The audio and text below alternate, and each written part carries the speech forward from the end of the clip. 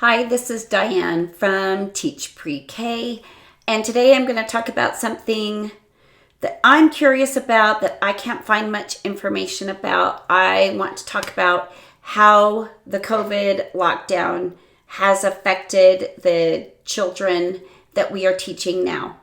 I teach preschool 3-4 in the morning, and pre-K, they're 4 going on 5 in the afternoon. Before I begin, I do want to state that I have no agenda. I don't want to push any ideas on anybody. That is not what I am here for.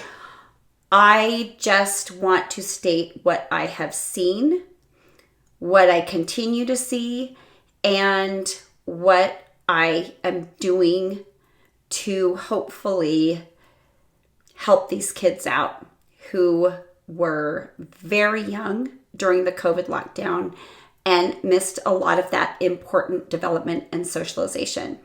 So I'm going to talk about things like masks and people I know that have been vaccinated, whatever. I don't care if you wear a mask or you don't wear a mask. I don't care if you're vaccinated or not vaccinated. All I care about is the kids, and I'm only going to speak from my own personal experience. So no agenda, I promise. And I would love, love, love to hear from you. First, I want to start out by saying last year, the 2020-2021 school year, my school, which is ages toddler through 8th grade, so ages 2 through 15, we were open for in-person learning. We had the option of virtual learning, but we were open for in-person learning. We only shut down 2 days, and that was only the preschool, pre-K, and toddlers, and it was due to staffing shortages. I am a lead teacher. I was out having back surgery, and several teachers came down with COVID. And so we didn't have anyone to teach the classes. But also, last year, the 2020-2021 year, our school's first case of COVID-19 was from a preschooler. Not a child, not a teenager, a 3-year-old preschool child. He got it from an outside exposure. It spread through his whole family, had an impact on his whole family. They were taken care of by grandparents, so were the cousins.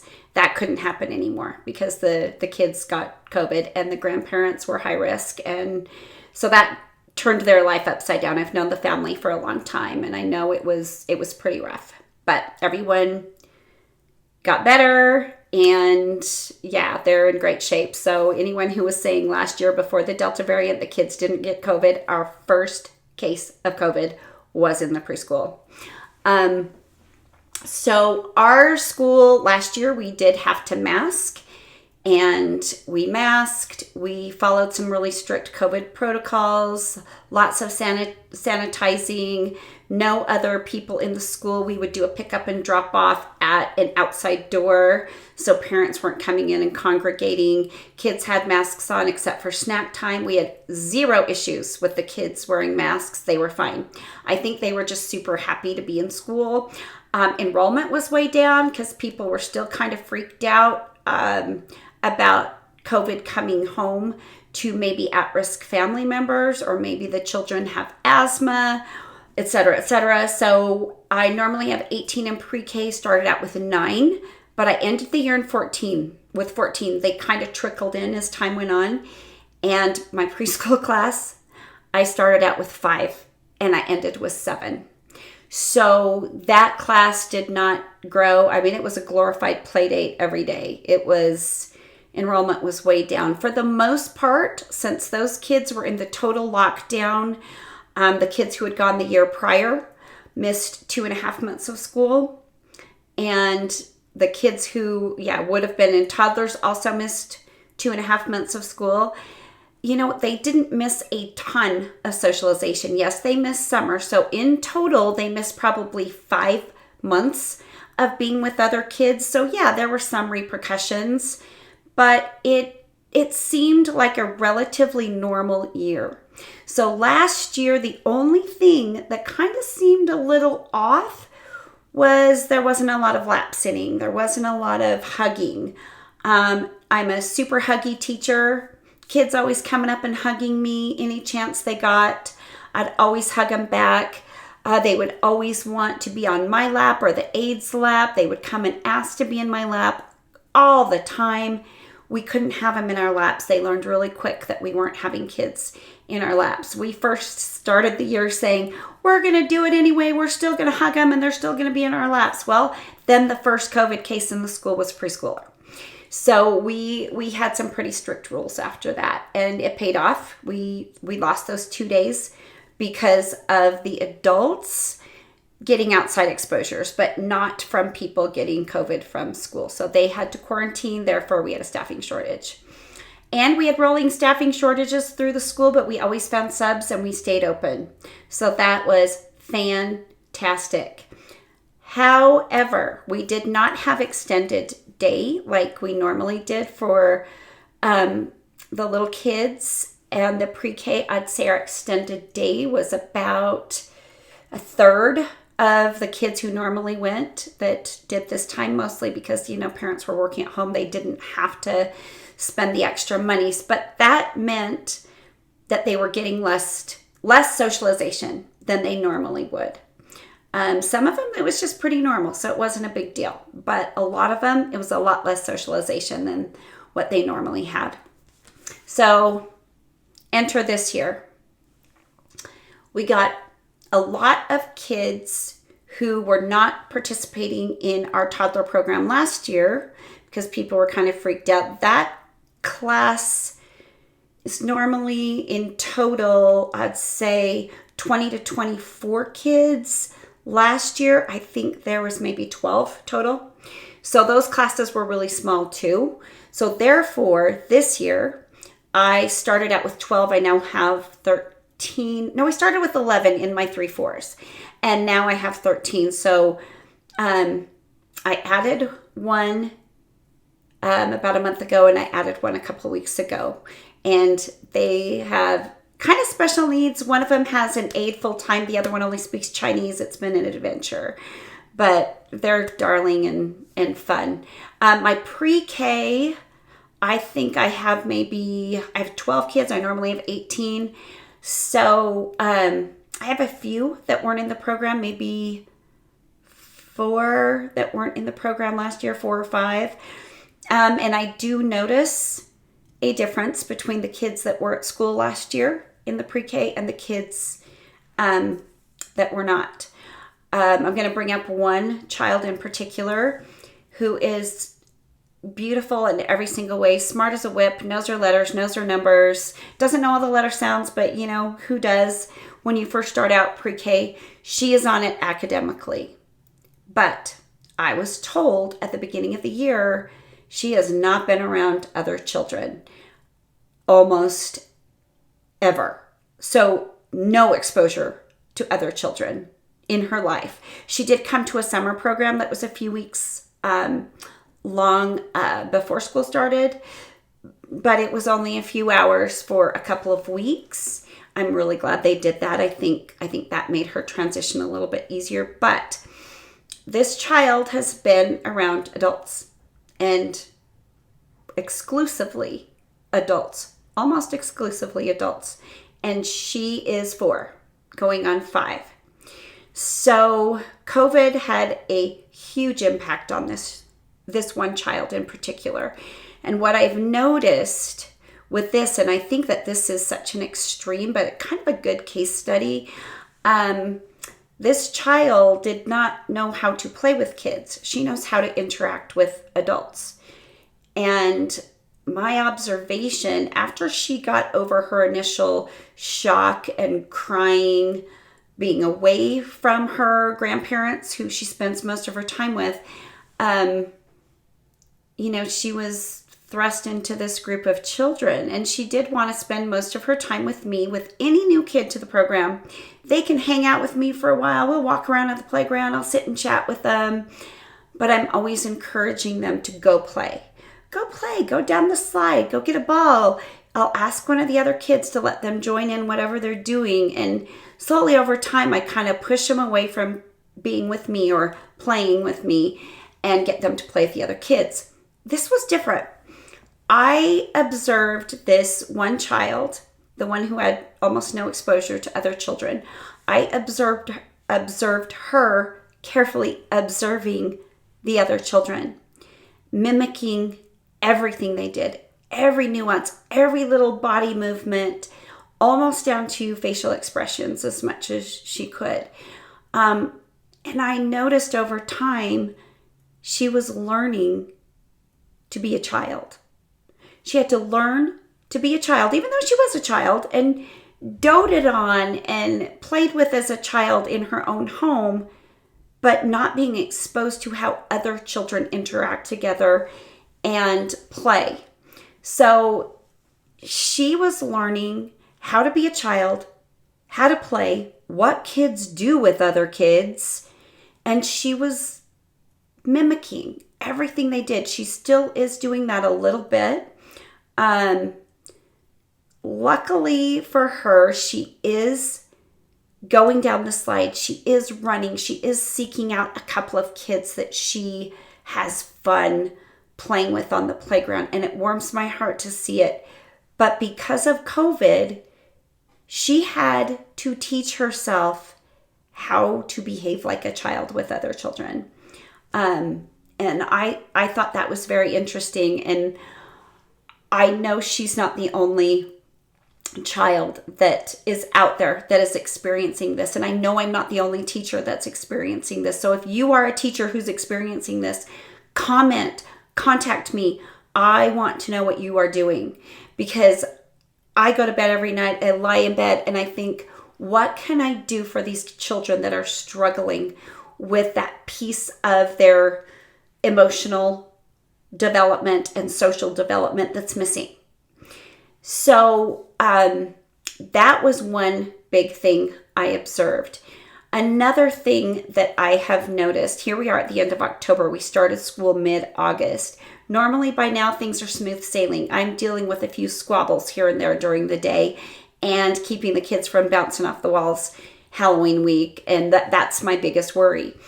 What I'm seeing happen, especially in my preschool 3-4 class, we have to remember this lockdown started 2019.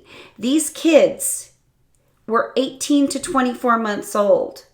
That is a pivotal time for social development with adults, with children. They didn't get that. And what they got was very, very limited. Their circle was very small, usually just their own families. Sometimes the grandparents were taken out of that equation. So with those children, what I'm noticing the most is they only want to be with the teachers and do what the teachers are doing. I did a little experiment, one day. We start our day with 3 tables that all have different kinds of toys. There's like always Play-Doh, because I love the little fine motor and teaching them to use rolling pins. And I have Play-Doh scissors, so I just love it because there's so much they can do with that one little center. And then I'll always have some kind of building materials and toys on another table. And then the other table can also be building stuff or like, dolls, cars, whatever. So that's the idea. They go to those tables when they get in and they play. Well, I noticed they were all wanting to be where the teacher was. I would be getting kids from the drop-off line. My aide would be in and they would all be at her table, except for the, 1 or 2 one-offs that did know how to play. I would come in, I'd sit at a table. They would all flock to my table. And then I'd get up, I'd move to another table. They'd all flock to that table. A little bit of that is natural. They love you and they like you and they want to please you and they want your attention, so they follow you around. But this was a little bit different. They only wanted to be with the teachers. And during our center time, we will do 1 or 2 teacher-led centers. And there are free centers. There is a sensory bin, a dramatic play area, a block table, and then like books, magnets, whatever, that they can go and play to independently when they're not with a teacher. So this group of kids, excuse me, I need some water. These kids would ask if they weren't at my center at that time doing the activity, which I would do with 2 or 3 kids, they would ask to watch, or they would just pull out a chair and sit right next to me. Years past, I would ask them to come do my activity while they were at a free center, and they would sometimes pitch a hissy fit, cry, scream, throw themselves on the floor, full meltdown tantrum, some of them, not all of them. But where they just would very reluctantly come to a teacher center because they were having so much fun playing either independently or with another child at the other centers. No, they don't want to play. They don't go to the other centers. And, I'm like, learn through play, learn through play. You put the toys out. They are children. They naturally go play. It's not happening. And when it happens, it's almost like, whoa, blow my mind. The kids are playing. It's so unusual. So I can see where COVID has severely impacted these children. So it's my job as a teacher to figure out, how do I fix this? Well, I kind of started with my pre-kindergarten kids who aren't quite, it's not quite as severe, but they're still not playing with the materials the way I've normally seen kids play. So a few weeks ago, we had blocks and forest animals on the block table, just those wood blocks. And they just weren't playing with them. And normally I put out blocks and animals, and it's like the best thing ever. I can't tear them away. I even put out dinosaurs a few weeks ago. No, they didn't even play with the dinosaurs. So 1 or 2 of them did, but not what I normally see. Usually it's a mad dash. They almost knock each other out trying to get to the dinosaurs. Wasn't happening. So I decided, okay, I'm done with my center. I'm going to let centers run long today. I'm going to go to that block center. I'm going to build a cave for some bears. Because we've been talking about hibernation, forest animals, it's fall here. What are the animals doing to prepare for winter, blah, blah, blah. So I go, get like arch block, build it up, make a cave, start putting the bears in there. And they're like, what are you doing? And I'm like, oh, I just made a cave for my bears. Look at my little bear family in the cave. And they're like, can you make me one? I'm like, well, look at what I did. See if you can do it. Look, get these same blocks and just make your own cave. And they would start doing it. I wasn't about to make their bear cave for them. However, they did ask me the next day if I would make a bear cave, and I made another bear cave for them just so they would have an example. But then I made a tree for the owl. And they were like, what? A tree for the owl? Then they kind of started doing that. Then I'm like, look, we've got this mat on our block table. It's got a river. Beavers live at the river. Let's make a beaver dam. So we started making a beaver dam. And then I was like, I got them playing and I removed myself and I just watched them. And they had such a fun time. But I had to help them. I had to completely model blocks to 4 and 5-year-olds. It's crazy. So I decided I'd do it again. And this past week, when we have our toys out at the 3 little tables, I put Legos and some little manipulative transportation vehicles, buses, helicopters, police cars, trains. They're just like little rubber things. So I decided, no one's over there at a building toys with Legos. Are you kidding me? So I started building a garage for the buses, and I made 3 little parking stalls, built walls, and put a roof over it. And they're like, well, what is that? And I'm like, I made a garage for my buses. See how my buses fit right in here? And they're like, what? Oh my gosh, we can put the cars on top. And then someone said, let's get the airplanes. And then someone said, it's like an airport. There's a parking lot at the airport that's like this. Let's make a whole airport. And then they didn't want to put it away. And normally we clean up because we have to use those tables for teacher-led centers. And I just said, tell you what, I'll get a tray out. We'll put all these things on the tray and we'll build it again tomorrow. Well, tomorrow was the day of the Halloween party, so that all went kaput. But I will put them out again this week, and again, I will play with them and I'll see what happens. So what I think I'm going to do, this is solution number 1. With my 3-4s, I'm going to take some time on Monday and I'm going to call them over to the center because I've changed it from last week. And I'm going to show them what I've got out there. And I'm going to show them, okay, this is how we build. I think I have got some zoo animals and maybe some bristle blocks. And I'm just going to start building things for the zoo animals. Like, oh, this guy's out in Africa. Let's make these be the rocks. Or let's make a couch for our hippopotamus. I mean, you can be as crazy as you want, but that's using your imagination. And I feel like it's something they're missing. I think they had a lot of screen time because they want to watch videos all day long. And normally I show them a couple of videos and they're done. They want to go play. Opposite case since the COVID lockdown. But so I'm going to model a lot more of what we can do. I'm going to make a lot more suggestions.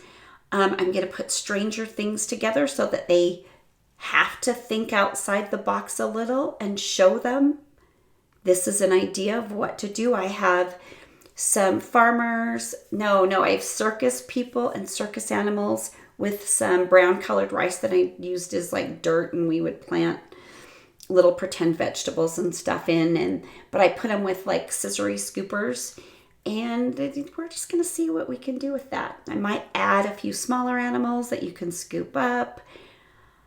I don't know. I'm kind of at a loss. I want the kids to get to a point where they're playing and they would rather play and use their imagination than come to where the teacher's doing things with them and matching letters and working on their name and making the art project. And we need to get back to the I don't want to come to your center, I want to play. Because to me that is just as important, if not more, than what I'm doing with the kids. One interesting thing, and I don't normally have this, I have siblings. I have one in my morning class and one in my afternoon class. My morning class are the younger ones, the 3-4s. My afternoons are the 4-5s. Both of these children want to be with me all the time, or want to watch my center, or want to be the first one at my center. However, the older one has since started playing with other kids, doing a lot more things independently, and it's been great to see. The younger sibling wants to be at my center, watching my center, or doing my center again. And I always say, go play, go play, go play. But I might as well be saying, go walk out in the air.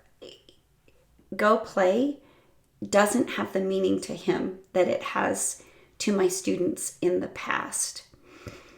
And I've got to start showing and teaching the kids how to play, which was never, ever the biggest part of my job.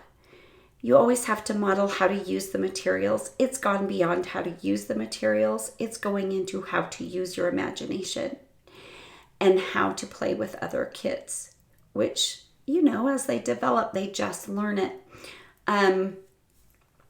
So it's been interesting because that mother said, how is he doing at school? My older daughter loves it. She's having the best time of her life, but he's having the opposite experience. And I'm like, okay, I'm going to tell you, with the 3-4s, they parallel play and then they start to play together. He's actually starting to play with other kids outside, which is super promising. And a lot of the other kids are playing together outside, which I feel great about. Now I need to bring that into the classroom. I also was really upfront with her. She's a physician, and I just said, look, what I'm seeing is that COVID has had an effect on these kids. Being in lockdown at such a young age, they aren't where they normally are for me at this point of the year. And I'm trying some different strategies to get them to where I feel like they should be and have been in the past developmentally. I think this is just going to be the norm until we get out of this pandemic and we have kids that have led a more normal little preschool experience from ages 0 to 5. So we'll see. But another thing I wanted to mention is being physical with the children. They're still babies, in my opinion. They're, 36 to 60 months old. So in the past, the kids have been very huggy, and I've hugged them. These kids do not touch me. They don't want to hug me. They don't ask to sit on my lap. I'll sit right next to them. If I sometimes reach over and rumple their head or rub their back, they look at me like, oh my God, you're touching me. And I think it goes beyond the keeping them safe from having other grown-ups touch them. I think it is we need to keep 6 feet apart from other people. We don't want to get too close. We don't want to touch other people because we might get sick. So that's been really interesting, and I don't know how that's going to evolve. Some kids, especially my pre-K class, are becoming a lot more comfortable. There's some kids that I've been noticing need a lot more physical affection, and I feel like my pre-K kids, because we couldn't have kids on our lap last year because, like I said, first preschooler was the first that had COVID, and we were told not to do that. But it's just interesting. It's interesting, and I miss it. I miss just the cute little cuddles that you would get every once in a while. But I understand, and I respect them and what they want always. I never try to force myself on them, and nobody should with a child in any way. So what I want to know, if you see this video, are you experiencing some of these same things? And if you are, what are you doing? What are you doing to make it better in your classroom? I will say that I will do another video about this at Christmas break. My Christmas break is the 17th of December, so sometime after that. But not next week, the week after, on November 12th, so I'm at October 31st at the time I'm filming this, we are having someone come and speak to us, a professional, I think a child psychologist, and especially one that deals with behavior of very young children. She's going to speak to the teachers of ages toddler through 3rd grade, and we're all just going to talk about what we're seeing and how COVID has had an impact on these kids and what we can do, and what the latest research and everything else is. I'm very curious to hear what she has to say, and I'll definitely share any insights and any studies that have been done and what she tells us we should be doing to help these kids reach where we feel like they should be developmentally. So anyway, thanks so much for listening. It was kind of a long rant, but I appreciate it. And please, please, please leave a comment if you are experiencing any of the same things.